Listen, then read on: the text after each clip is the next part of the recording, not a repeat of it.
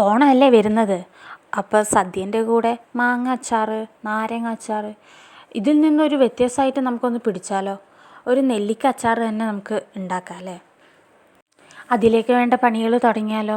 ആദ്യം ഞാൻ വെള്ളം ചൂടാക്കാൻ വെച്ചു.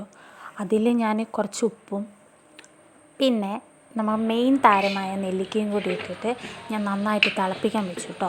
നെല്ലിക്ക വെന്ത ശേഷം ഞാൻ ചൂടുവെള്ളത്തിൽ നിന്നും ആ തിളച്ച വെള്ളത്തിൽ നിന്നും നെല്ലിക്കനെ കോരി മാറ്റി പാത്രത്തിലേക്ക് അങ്ങ് വെച്ചു.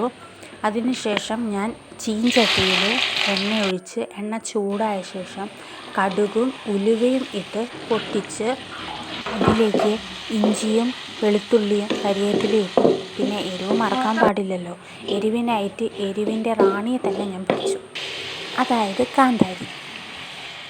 പിന്നീട് അതിലേക്ക് മുളക് പൊടി, അച്ചാർ പൊടി, പിന്നെ മഞ്ഞൾപ്പൊടിയും കൂടി ഇട്ടിട്ട് ഞാൻ നന്നായിട്ട് മൂപ്പിച്ചെടുത്തു. അതിന് പിന്നാലെ ഞാൻ വിനാഗിരിയും പിന്നെ ഒരു നുള്ളു ഉപ്പും കൂടി ഇട്ടിട്ട് നന്നായിട്ട് ഇളക്കി. ആ ചുവന്ന ചാറിലേക്ക് നമ്മുടെ മെയിൻ താരമായ നെല്ലിക്കയും കൂടി ഇട്ടിട്ട് ഞാൻ നന്നായിട്ട് ഇളക്കി മിക്സ് ചെയ്ത് യോജിപ്പിച്ച് വെച്ചു.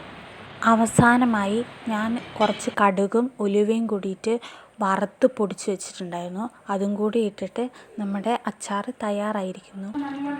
അപ്പോൾ എന്തായാലും ഹോം മെയ്ഡ് നെല്ലിക്ക അച്ചാർ തയ്യാറായിരിക്കുന്നു. ഇനി ഓണത്തിന് വേറെ ഒന്നും നോക്കേണ്ടതില്ല എന്നാണ് എൻ്റെ ഒരു അഭിപ്രായം.